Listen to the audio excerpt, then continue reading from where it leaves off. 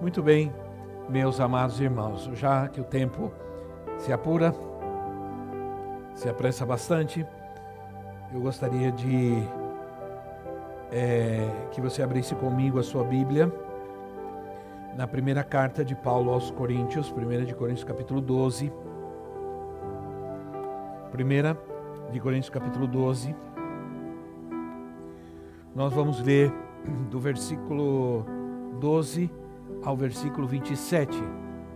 Do versículo 12 ao versículo 27. É um texto um pouco longo, eu peço paciência de vocês. Mas assim, 1 de Coríntios 12,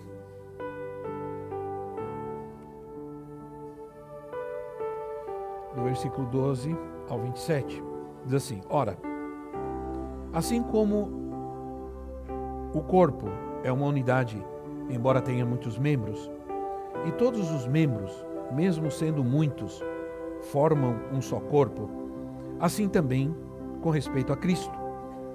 Pois em um só corpo, todos nós fomos batizados em um único Espírito, quer judeus, quer gregos, quer escravos, quer livres, e a todos nós foi dado beber de um só Espírito. O corpo não é feito de um só membro, mas de muitos. Se o pé disser, não sou mão, não pertenço ao corpo, nem por isso deixa de fazer parte do corpo. E se o ouvido disser, porque não sou olho, não pertenço ao corpo, nem por isso deixa de fazer parte do corpo. Se todo o corpo fosse olho, onde estaria a audição? Se todo o corpo fosse ouvido, onde estaria o olfato? De fato, Deus dispôs cada um dos membros no corpo segundo a sua vontade. Se todos fossem um só membro, onde estaria o corpo? Assim, há muitos membros, mas um só corpo. O olho não pode dizer à mão, não preciso de você. Nem a cabeça pode dizer aos pés, não preciso de vocês. Ao contrário, os membros do corpo, que parecem mais fracos, são indispensáveis. E os membros que pensamos serem menos honrosos, tratamos com especial honra. E os membros que em nós são indecorosos, são tratados com decoro especial. Enquanto os que em nós são decorosos, não precisam ser tratados de maneira especial. Mas Deus estruturou o corpo, dando maior honra aos membros que dela tinham falta, a fim de que não haja divisão no corpo, mas sim que todos os membros tenham igual cuidado uns pelos outros. Quando um membro sofre, todos os outros sofrem com ele. Quando um membro é honrado, todos os outros se alegram com ele. Ora, vocês são o corpo de Cristo, e cada um de vocês, individualmente, é membro desse corpo.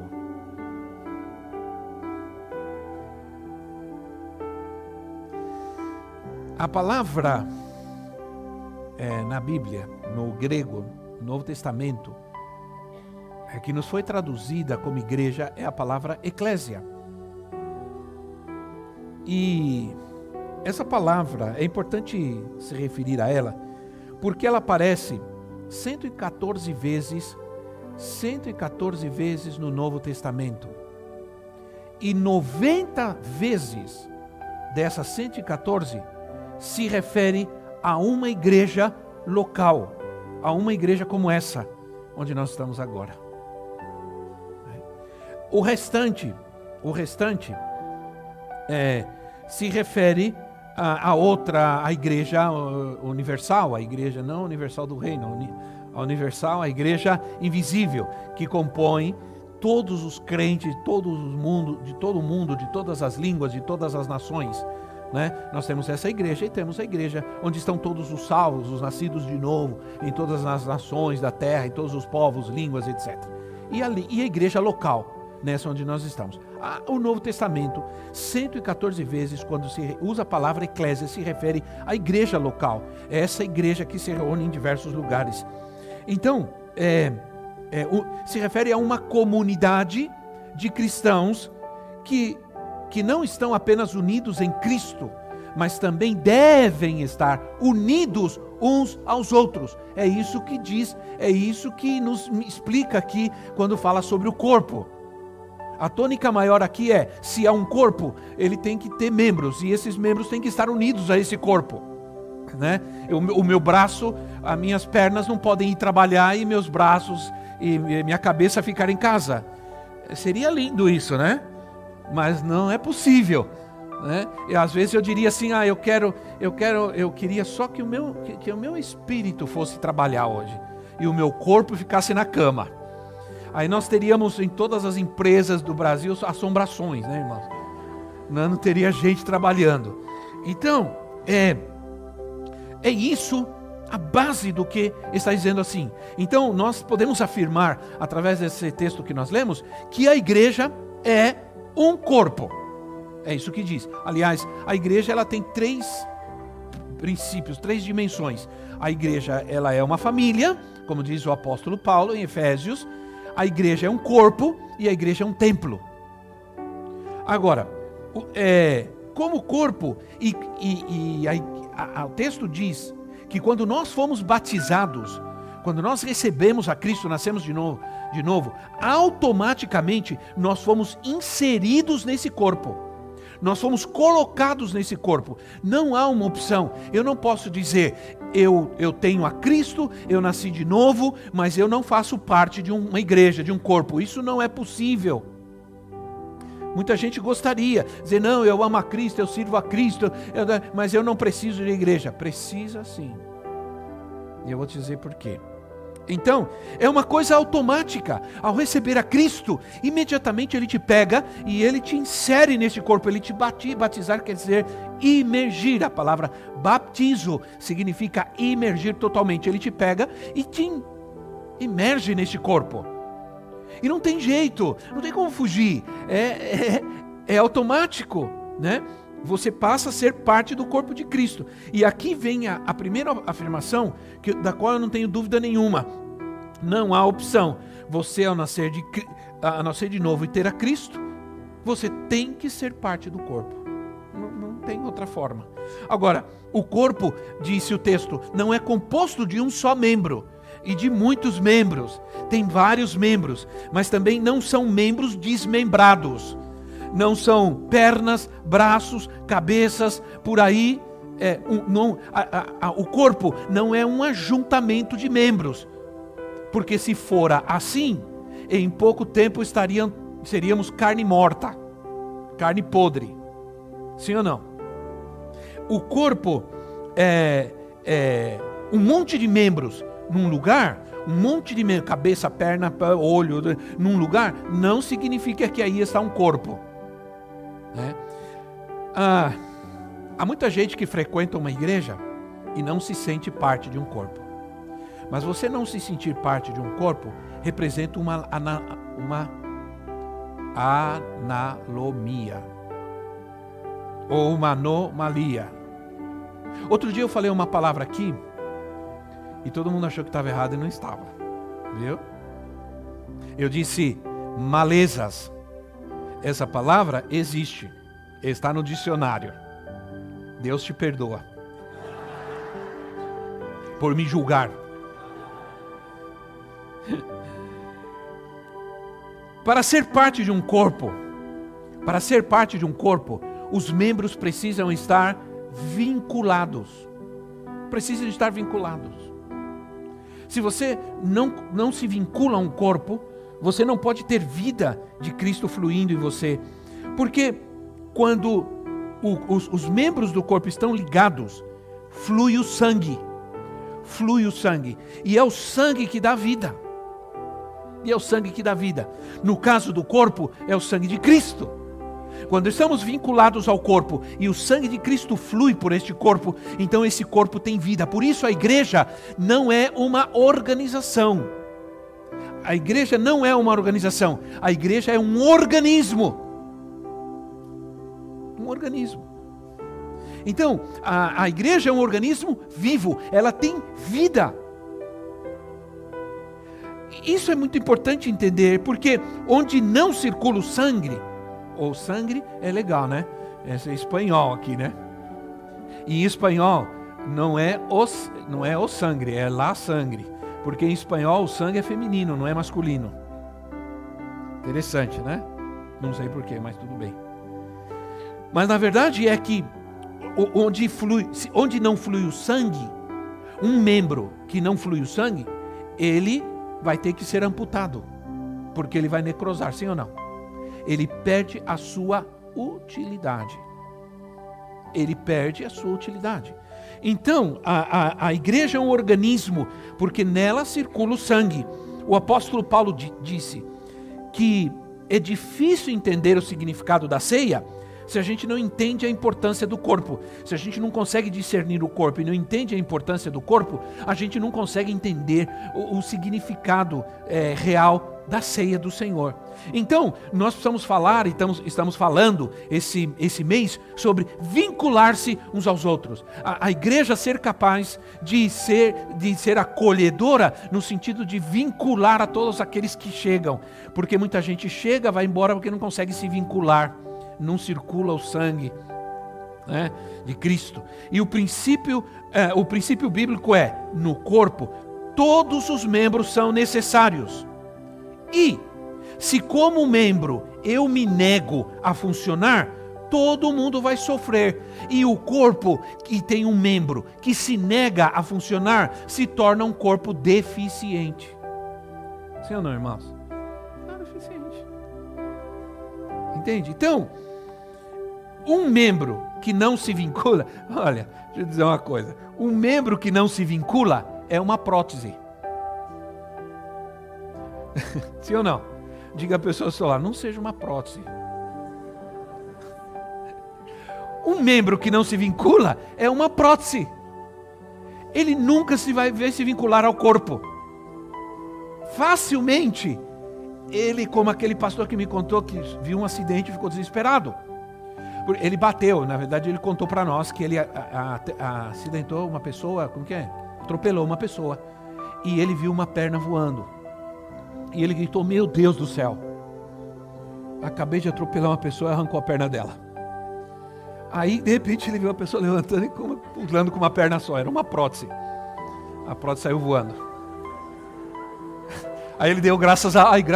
Não deu, irmão. Foi lá ver o que aconteceu. Mas ele viu uma perna voando, ele pensou, passei por cima, arranquei a perna da pessoa. Aí a pessoa levantou e saiu pulando com a perna só. Então o que acontece? Uma perna artificial, ela não tem vida em si mesma. Uma prótese, não circula o sangue, ela não tem vida em si mesma. Então ela não tem vida, ela não se vincula ao corpo. Infelizmente, está cheio de gente assim na igreja, cheio de prótese o corpo.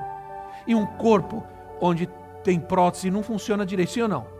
Difícil funcionar direito. Muito difícil. Já viram uma pessoa que tem um olho de vidro? É muito parecido, parece demais, mas quando você olha assim, não mexe, não pisca, dá até medo. Não é verdade? Não funciona direito. Você pode ter um olho lá, mas nunca vai ver. Você tem uma mão de prótese, ela nunca vai funcionar corretamente, porque não existe uma ligação perfeita, não existe um vínculo, e onde não há um vínculo, não se funciona direito. Entende? Então, vincular significa que se estabelece um relacionamento, significa uma união, uma relação com outra pessoa, uma ligação afetiva, moral, espiritual com outros. É uma ligação, é estar ligado, é estar vinculado a estar conectado uns aos outros, sendo capaz até mesmo, como disse o texto que nós lemos, chegando a ser capazes de sentir o que o outro sente. Se eu não estou vinculado, eu não vou sentir o que o outro sente. Eu não posso sentir. Se eu machuco meu dedo, não acontece nada. Eu não digo, eu não faço careta, não faço nada, porque só meu dedo sentiu. Mas quando a gente se machuca, todo o nosso corpo responde, sim ou não? A gente diz, faz careta. Alguns fazem mais do que isso. Alguns fazem um cortinho, fazem um escândalo. E se joga no chão, vou morrer e tudo mais. Vai sair as tripas, minha mãe falava, né? Geralmente nós homens somos assim. Sim ou não, irmãos? Temos que confessar que geralmente nós homens, qualquer coisinha, por isso Deus fez a coisa certa. A mulher pode ter filho, nós nunca poderíamos. Né? Então as mulheres são muito fortes nesse sentido. Elas são muito fortes. Muito fortes. Elas suportam a dor muito mais que nós. E a gente tem qualquer problemita. O que aconteceu? Cortei o dedo. Mas o corpo todo sente. Quando um membro sofre, sim ou não? Sofre um ataque, todo o corpo sente. Quando o corpo se torna insensível, quando não há vínculos, o corpo se torna insensível. A igreja não é um ajuntamento de pessoas. Todo domingo a igreja é um corpo. Deus é um ser de relações. Em tudo que Ele criou havia relacionamentos. Quando Deus diz assim, não é bom que o homem esteja só, Ele não estava se referindo apenas ao casamento. Ele não estava se referindo apenas ao casamento. Ele estava se referindo à própria natureza dele no homem. A necessidade que o homem tem de se relacionar com outros. De ter amizade, de compartilhar. Então, na criação, diz assim, Deus disse assim, isso está em Gênesis 1, 28. Disse Deus, façamos o homem à nossa imagem e à nossa semelhança. Como pode ser? Deus disse, façamos o homem à nossa imagem e à nossa semelhança. A quem se estava referindo Deus? Se estava referindo à Trindade divina, ao Pai e ao Filho. E ele fez uma reunião com o Pai, com o Filho e o Espírito, e Deus disse, olha, é o seguinte, vamos fazer um ser à nossa imagem, à nossa semelhança. Então isso nos mostra que Deus é um Deus de relações. Que Deus se relaciona desde sempre nos céus com o Pai, com o Filho e com o Espírito Santo. Meus irmãos, Deus é amor, essa é a natureza de Deus. E nós fomos criados à sua semelhança, à sua imagem. Portanto, nós também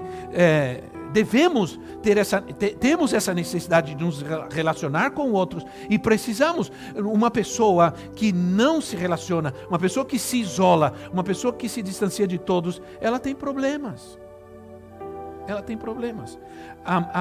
Em 1 João 4,7, a palavra diz assim, amados, amemo-nos uns aos outros, pois o amor procede de Deus, porque Deus é amor. Aquele que ama é nascido de Deus e conhece a Deus.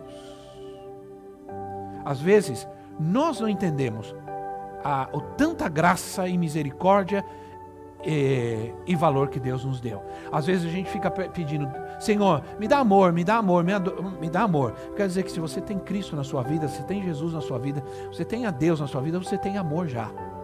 O problema é que esse amor ele pode ser atrapalhado, impedido, prejudicado por causa de muitas coisas que nós não temos tempo de tratar agora. Feridas, sofrimento, dores, angústias, e tudo isso afeta o amor que já está em nós. E o que nos impede de amar são os problemas do homem. Respondeu Jesus, isso está em Mateus 22, 37. Respondeu Jesus, ame o Senhor o seu Deus de todo o seu coração, de toda a sua alma, de todo o seu entendimento. Este é o primeiro e maior mandamento, e o segundo é semelhante a ele. Ame o seu próximo como a si mesmo. Desses 2 mandamentos depende de todas as coisas. Amar o próximo não é fácil, principalmente quando ele está tão próximo. Sim ou não? Não existem problemas mais difíceis, não existem problemas mais profundos e feridas mais difíceis que aquelas que acontecem nos relacionamentos mais íntimos. Sim ou não? Família, casamento, ei, Senhor da glória. Só a misericórdia de Deus, nem falemos sobre isso. Nós devemos entender que sem relação, sem união com Deus e sem os demais, e sem uma união e comunhão com os demais, nós fugimos da essência e da natureza de Deus em nós.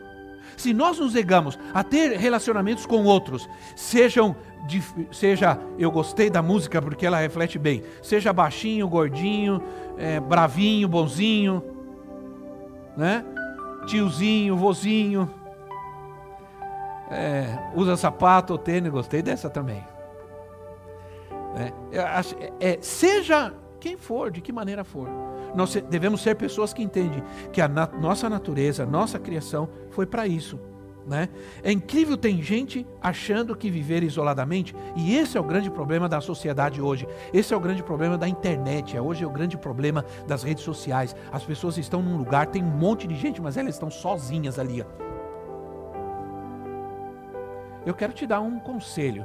Eu sei que muitos de vocês, alguns nem vieram por causa disso, né? Alguns de vocês vão para almoçar com seus pais, aqueles que têm pai ainda, né? Vão para lá, vão se reunir. Pega um cesto e diz assim: todo mundo põe seu celular aqui. Ninguém, obrigado por esse amém. Mais um amém aí, eu vou ficar feliz. Você entrou, dá seu celular aqui, põe aqui. Ninguém vai pegar em celular hoje. Nós vamos sentar à mesa, nós vamos conversar, nós vamos falar das coisas lindas, vamos, entende?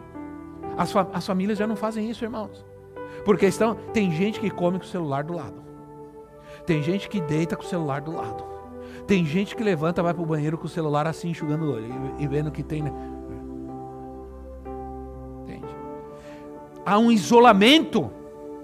Há um isolamento. Você está numa multidão de gente e está todo mundo assim. Faz anos que eu não pegava um trem. Aí eu mandei meu carro, arrumar meu carro aqui na Lapa, aí eu peguei um trem, lá de casa até a Lapa.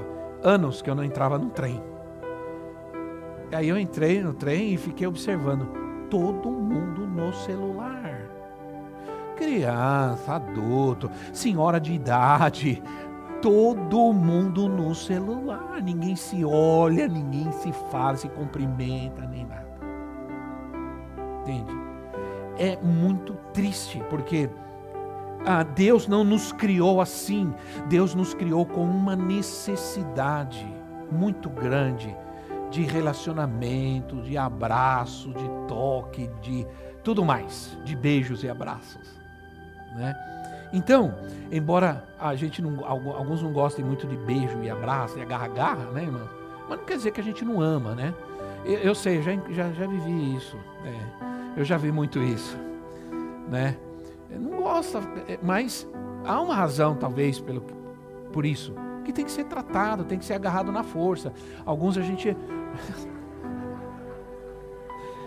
Outro dia uma mãe falou: minha filha tem muita dificuldade, ninguém abraça ela. Eu fui lá, agarrei na força, assim, a menina estribuchava, assim, e eu apertei ela, assim, né? Porque às vezes isso demonstra um problema, um problema emocional, um trauma, uma barreira, que muitas vezes precisa ser quebrada, né?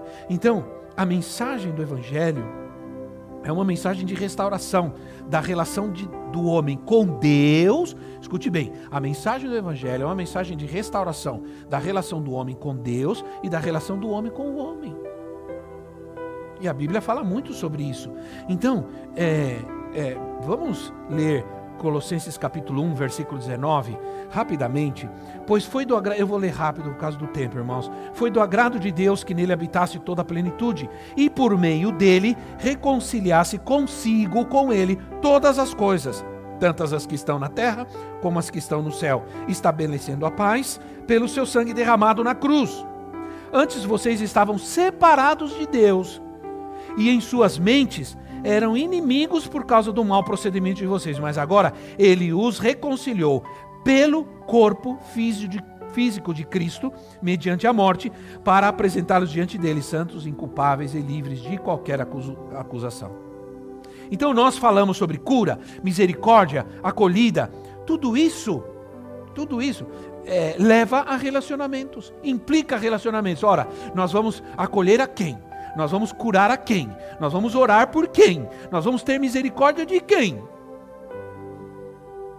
Entende? Então, tudo isso implica relacionamentos. Há algo errado na vida de um crente que não se relaciona com o corpo. Há algo errado. Quando em Gênesis Deus disse não é bom, já disse isso, Deus não estava se referindo ao casamento apenas. A gente usa muito para o casamento, mas Deus estava falando sobre a necessidade inerente do homem de não viver isoladamente. Há duas razões básicas para não nos relacionarmos bem com as pessoas.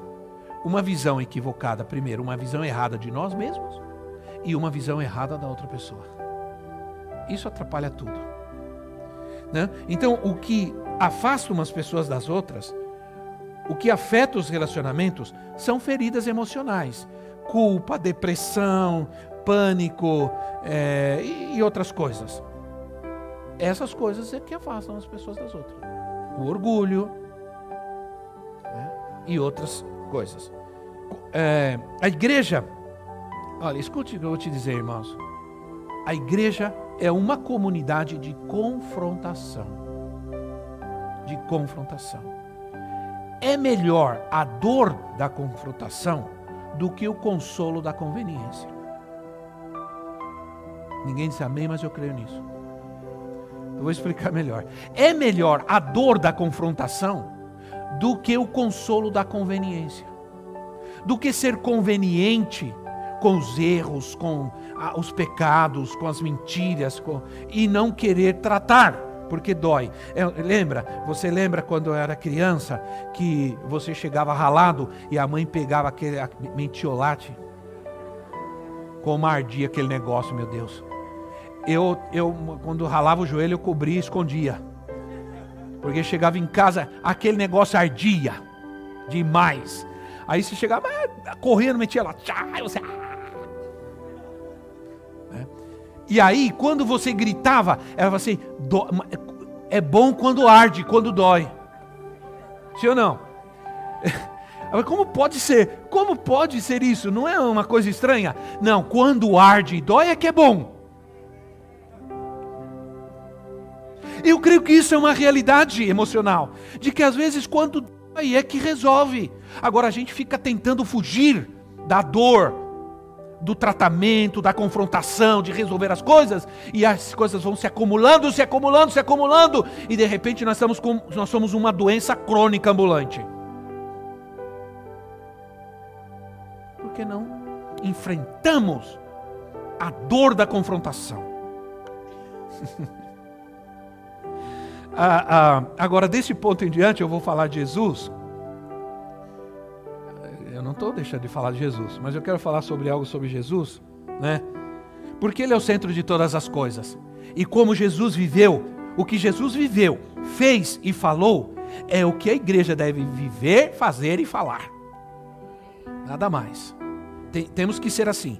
Aí Jesus, ele fazia o seguinte: Jesus acolhia, pregava e curava as pessoas. Isso está em Lucas capítulo 9, versículo 11. Vamos ler rapidamente assim. Mas as multidões ficaram sabendo e o seguiram. Ele as acolheu, falava-lhes acerca do reino de Deus e curava os que precisavam de cura. Olha, gente, a palavra acolher aí é uma palavra que é a palavra dexomai. Eu gosto dessa palavrinha porque ela fala sobre gentileza. Acolher gentilmente. Acolher como um amigo na sua casa. Na sua casa. A palavra acolher no grego, ela tem o seguinte significado. Vem aqui, Paulinho, por favor. Alguém está com frio, está mal, eu tiro o meu paletó e faço isso. E abraço. Isso é acolher. Amém? Agora devolve meu paletó. Então o que acontece? A palavra acolher significa sempre tirar algo de mim e dar a alguém. Significa gentileza. Acolher significa trazer a pessoa para junto de você e ajudá-la. Ora, Jesus acolheu as pessoas e as recebeu. Mas também essa palavra, por implicação, ela também significa suportar, aguentar, tolerar. Porque se a gente não é capaz de suportar e tolerar, temos muitas dificuldades em acolher. Né? Então, domingo, por exemplo, hoje a gente fez também, não tanto como deveria, mas nós fizemos também. Eu disse, vamos receber as pessoas. Aí veio os jovens, veio todo mundo aí na porta, aí nós abraçamos todo mundo que chegou. E foi uma festa domingo aqui. E teve gente que chorou lá. Quando entrou, alguém veio, abraçou, essa pessoa chorou. Porque tudo que a pessoa está precisando, quando corre para uma igreja, muitas vezes, é ser acolhida. Porque esse mundo está tão egoísta. Nós vemos uma sociedade tão egoísta, que as pessoas andam buscando abraço, acolhimento, afeto, atenção. Então, aí Jesus recebia. As pessoas vinham, Jesus recebia a todos. A todos. Isso é muito importante. Jesus nunca fez distinção de ninguém. Recebia a todos. Todos, todos, todos. Jesus recebeu prostitutas, ladrões, provavelmente Jesus recebeu homossexuais. Jesus recebeu a todos. E tratou com todos. E curou a todos. Isso é muito importante, sim, entender. Jesus acolheu essas pessoas, mas não somente isso, ele tinha uma mensagem para elas, essa mensagem de salvação, essa mensagem do reino, lhes falou sobre o reino, e a mensagem do reino é a mensagem de reconciliação de Deus com o homem, e do homem com outro homem. Jesus acolheu e lhes falou do reino, e lhes falou dessa reconciliação, dessa necessidade do homem se reconciliar com Deus. E aí, nada acontece sem a palavra. Sem a palavra, sem a mensagem, não há fé. Ninguém diz amém a isso, mas eu creio. Antes de pregar, agora sim, antes de pregar, nós temos que acolher as pessoas. Entende? Acolher está antes de pregar para elas. Infelizmente, muitas pessoas hoje não querem ouvir alguém pregar para elas, porque já tem um pré-conceito contra crente, contra a igreja, porque, sabe, né, irmãos? Outro dia alguém disse para nós que uma certa pessoa, que eu não vou dizer nem de onde, nem de que igreja, né, irmão? Ninguém ficar olhando para o outro aí, desconfiando. Mas assim, olha, aquela irmã lindinha lá, tá sempre na igreja levantando a mão, dançando e tudo. Mas a vizinhança dela lá, ela é escandalosa, brigou com todo mundo, sai na rua fazendo escândalo, fala palavrão, já brigou com a vizinha da esquerda, da direita, aí no domingo se veste toda, saião e tal, Bíblia, vamos para a igreja. Aí você vai falar de Jesus? Como você vai falar de Jesus para essa pessoa? Já criou um preconceito, sim ou não? Uma barreira. Por isso o cristianismo é um estilo de vida que nós vamos mostrar a esse mundo. Nós vamos mostrar a esse mundo um evangelho que vale a pena ser ouvido e recebido. Então, nós temos que, logicamente, nós temos que pregar a verdade. Mas muitas vezes nós podemos chegar na pessoa para pregar a verdade ela com o coração aberto, não com o coração fechado. E isso é acolher. Acolher. Acolher muitas vezes é quebrar o preconceito. E Jesus curou os enfermos. Jesus acolheu, pregou o reino, trouxe a mensagem de reconciliação e depois curou todos os doentes, todas as doenças e enfermidades. Ora, eu gosto disso. Aí, veja Marcos capítulo 8, versículo 23, eu quero mostrar uma coisa linda para vocês. Linda, linda, linda. Marcos 8, 23 a 25, diz assim, ele tomou o cego pela mão, se aproximou um cego dele, uma multidão de gente. Pegou o cego pela mão e o levou para fora do povoado. Saiu com ele andando, de mão dada. Ele pegou o cego pela mão. saiu de mão dada e levou, e todo mundo vendo. E levou o cego lá fora, lá longe. Sozinho ele, o cego, depois de cuspir nos olhos do homem, não façam isso, pega pela mão, mas isso, e impôs as mãos e perguntou: você está vendo alguma coisa? Ele levantou os olhos e disse: vejo pessoas, elas parecem árvores andando. Mais uma vez Jesus colocou a mão sobre os olhos do homem, então seus olhos foram abertos e sua vista foi restaurada e ele viu tudo claramente. Agora eu gosto disso, porque há detalhes nessa narrativa que deve ser um exemplo para nós. Jesus chamou aquele homem, levou ele isoladamente, só ele e aquele homem. Aquele homem era cego, era discriminado, provavelmente não tinha ninguém, era uma pessoa que não tinha relacionamento com ninguém, era um homem abandonado. Jesus toma ele pela mão, caminha com ele não sei quanto tempo, leva ele em um lugar isolado e coloca a mão nele. Tudo isso é cura. Jesus não curou apenas a enfermidade, a cegueira daquele homem. Jesus curou também o seu coração, a sua alma ferida. Certa feita, Jesus tocou em um leproso. Os leprosos, os judeus, não podiam tocar num leproso. Se um judeu tocasse no leproso, ele ia se lavar 7 dias e ficar fora do acampamento, fora da cidade, 7 dias sem poder entrar e se relacionar com ninguém. O leproso era uma pessoa completamente discriminada, abandonada, isolada por todo mundo. Eles não podiam entrar na cidade, eles não podiam se aproximar de uma pessoa, eles tinham que andar com um sino, tocando um sino. Quando eles iam se aproximar, diziam: leproso, leproso, leproso, leproso. Lepra, lepra, lepra, porque ele não podia se aproximar de ninguém, eles não conviviam com ninguém, não tinham ninguém, eram rejeitados completamente. E um judeu não podia colocar a mão num leproso. Diz a Bíblia que 2 leprosos correram, e diz a palavra que Jesus colocou a mão neles e os curou. Jesus curou a sua lepra e curou a sua rejeição, a sua decepção, sua amargura.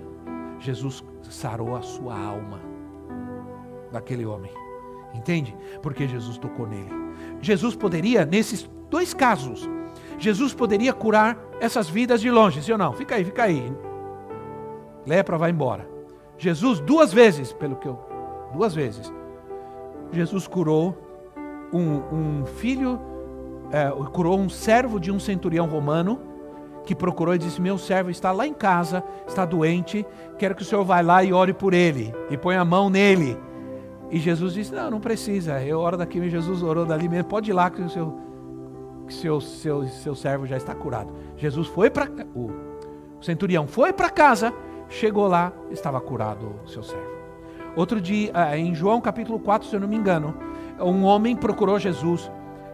Um homem viajou de uma cidade 2 dias até onde estava Jesus e disse: o meu filho está morrendo, por favor, você pode ir lá e me ajudar e orar e colocar a mão sobre ele?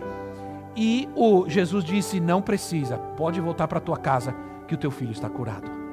E aquele homem viajou 2 dias e quando chegou em casa, seu filho estava curado. Jesus curou 2 dias de viagem. Jesus curou alguém que estava em outro lugar. Jesus podia ter feito isso, mas Jesus tocou nessas pessoas, deu atenção para elas, acolheu elas, tocou na vida delas. Entende, irmãos? Esse é o nosso Senhor. Então, nós somos o corpo de Cristo, e como corpo de Cristo, nós devemos tocar as pessoas, porque nós somos, como corpo de Cristo, nós somos as mãos de Cristo. Sim ou não? Nessa terra. Como queremos abençoar as pessoas sem tocar nelas, sem acolher as pessoas, sem abraçar as pessoas, sem orar por elas, sem nos preocuparmos com elas, sem sentir a dor delas. Não podemos ser corpo, vamos ser gentes insensíveis, próteses de um corpo que não tem vida, por onde não circula o sangue. Então, aquele homem não tinha apenas um problema físico, ele precisava de atenção, alguém que se interessasse por ele, provavelmente. Os publicanos, naquela época, os Havia algumas classes, os fariseus, os saduceus e havia os publicanos. Os publicanos eram judeus que cobravam impostos e eles eram considerados pelos judeus traidores, porque eles cobravam impostos dos judeus para os romanos. Então eram pessoas discriminadas, pessoas odiadas. Ninguém queria saber dessa gente. Aí um dia um baixinho sobe numa árvore que ele queria ver Jesus. Ele era publicano, ele era cobrador de impostos e ele era corrupto. E aí, mas ninguém queria ver Jesus, não conseguia, subiu uma árvore. Aí ele subiu na árvore, aí quando Jesus estava passando, ele só queria ver Jesus. Aí, mas Jesus viu ele. Jesus sabia dele, Jesus conhecia o coração dele, Jesus sabia quais eram os problemas dele, e Jesus sabia que ele não tinha um problema físico, mas ele tinha um problema moral, ele tinha um problema de caráter, e que ele tinha carências por causa disso, porque ele tinha uma ansiedade terrível de ver a Jesus, que era alguém conhecido, todo mundo falava, e Jesus se aproxima e disse: olha, Zaqueu, desce, eu não vou apenas jantar na tua casa. Jesus se ofereceu, né, irmão? Eu não vou apenas jantar na sua casa, mas eu vou também posar na sua casa. E aquilo transformou Zaqueu completamente. Jesus não disse: Zaqueu, você é um corrupto sem vergonha, eu estou aqui porque você precisa ser transformado. Porque alguns de nós faríamos isso, já acabaria com o cara na primeira. Sim ou não?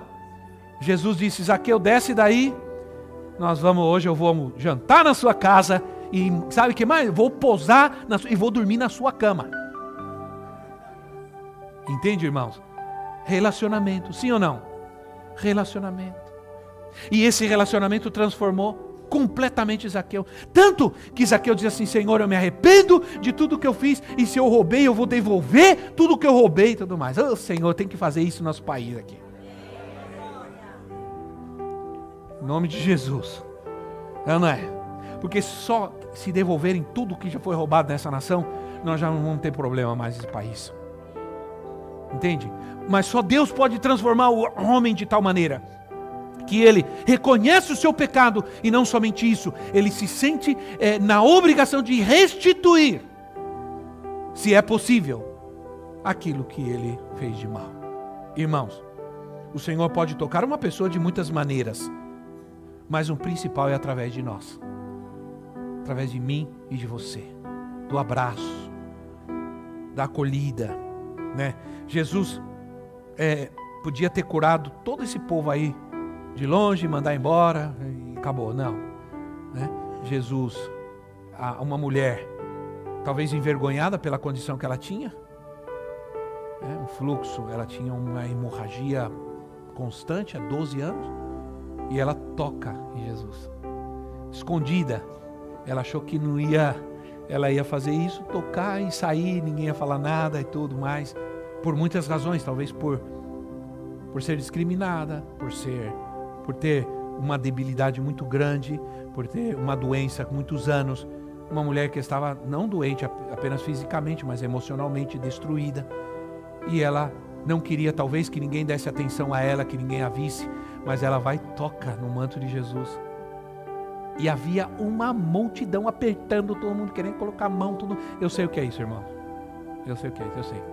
Porque quando eu fui intérprete do pastor César Castellanos, todo mundo queria agarrar aquele homem. Num estádio de 8.000 pessoas, 9.000 pessoas, eu era o intérprete e eu tinha que andar com ele. E ele tinha segurança porque as pessoas queriam agarrar ele. Mas nem vou falar nada sobre isso, irmão, só vou contar a história.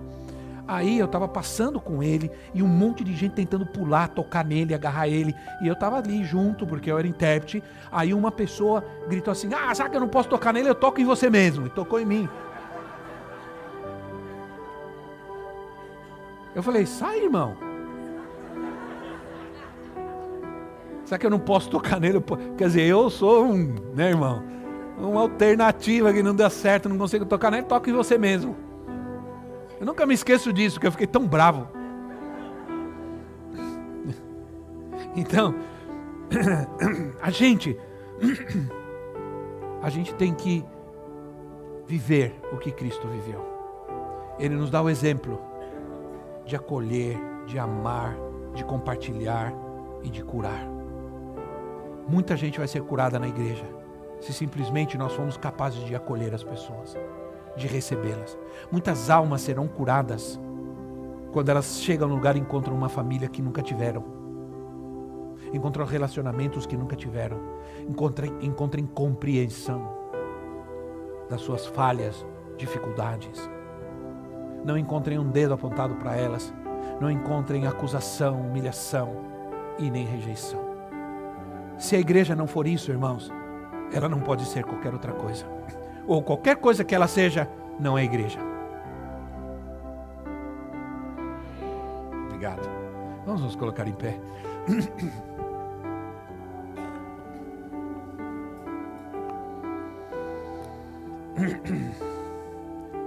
Abraça aí o irmão que está do seu lado. Fica abraçado assim, com todos. Eu digo abraçar e ficar abraçado mesmo. Fecha os corredores aí, tudo aí. Vamos lá, nós vamos terminar assim hoje. Junta os corredores aí. Se você não conhece a pessoa que você acabou de abraçar, diga para ela: muito prazer, eu sou fulano de tal. Isso. Fecha o corredor aí, fecha o corredor. Gente, vocês duas aí não ficam sozinhas aí. Gente, olha aqui, olha isso. Muito bem. Olha, deixa eu dizer para você uma coisa. É muito bom a gente estar assim, sim ou não? Você precisa se sentir, além de você não se sentir sozinho, você tem que sentir que você tem alguém. Isso te ajuda, te dá mais paz, te dá mais força. Saber que você não está sozinho, né? Você não está sozinho. Então, é bom ter essa pessoa do nosso lado. Talvez você nem saiba direito quem é ela, mas você não a conhecia, não sabia quem ela era. Mas todos nós estamos aqui, todos somos parte de um mesmo corpo. Amém? E é importante que haja esses vínculos para que flua o sangue de Jesus e haja cura, a libertação, haja paz. E o Senhor trate o teu coração, a tua alma hoje, e você saia daqui livre, em nome de Jesus. De todo medo, temor. Você não está sozinho, você não está sozinho. Diga quem está ao seu lado: você não está sozinho, diga. Isso, aí, isso. Né? Não está sozinho. Como que é o nome da senhora? Como? Sueli. A senhora não está sozinha. Viu? Mosélia, a senhora não está sozinha. Nós estamos juntos aí até o fim, nessa briga aí, com o diabo. É ou não é? O diabo já tentou te levar, mas nós não deixamos, várias vezes. Nós fomos lá e falamos: não senhor, não senhor, não vai levar não. É, com certeza, irmã Zelinha. A senhora é nossa família, nós somos sua família, com certeza. E cada um de vocês que estão aqui. Entende? É assim. E se nós não vivermos isso, nós não somos igreja, nós somos um ajuntamento de gente que canta, que ora e vai embora para casa. Eu não quero viver uma situação assim. Né? Eu preciso de você. E você precisa de mim. E nós precisamos de Cristo. Vamos terminar orando uns pelos outros. Ora por essa pessoa que está ao seu lado aí. Ora para ela que Jesus a abençoe, que Jesus a liberte, a salve, a transforme. Isso. Ora pela sua família, pela sua casa. Aleluia. Isso. Você talvez não conheça esse irmão, mas o Senhor Jesus conhece. E se você orar por ele, o Senhor vai responder sua oração. E o Senhor vai abençoá-lo. Obrigado, Pai. Te damos graças, meu Deus. Glorificado seja o teu nome, Senhor. Obrigado, Senhor, por esse momento de fé, por esse momento de comunhão, de amor. Obrigado pela vida dos homens, dos pais que estão aqui, Senhor. Cuida deles, ó Deus. Cuida desses homens. Trata com eles, meu Deus. Traz paz aos seus corações, alegria, como foi ministrado hoje aqui, força, valentia, coragem, em nome de Jesus, Pai. Cuida, cuida, cuida, Senhor. E vem agora, Espírito Santo, trata com as diferenças agora. Em nome de Jesus, todo espírito de divisão repreendemos, todo espírito de murmuração repreendemos, todo espírito maligno que tenta interferir na comunhão da igreja, do corpo, nós repreendemos em nome do Senhor Jesus Cristo. Todo espírito maligno que quer afetar o corpo, que quer atingir os membros do corpo, que quer adoecer os membros do corpo, nós repreendemos agora no nome de Jesus. Toda doença e enfermidade no corpo, Senhor, sara agora, meu Deus, sara agora, meu Pai, em nome de Jesus Cristo. Em nome de Jesus, Pai. Sara, Senhor. Sara toda dor. Sara todo sofrimento agora. Angústia, depressão, medo, pânico. Sai em nome de Jesus. Sai da nossa vida. Sai do nosso meio. Em nome do Senhor Jesus. Abre os nossos olhos, nosso coração, para amar e abençoar o nosso irmão. Aleluia, aleluia, aleluia. Abra o teu coração para amar e abençoar os nossos irmãos. Em nome de Jesus. Em nome de Jesus. Aleluia. Isso mesmo, continua orando.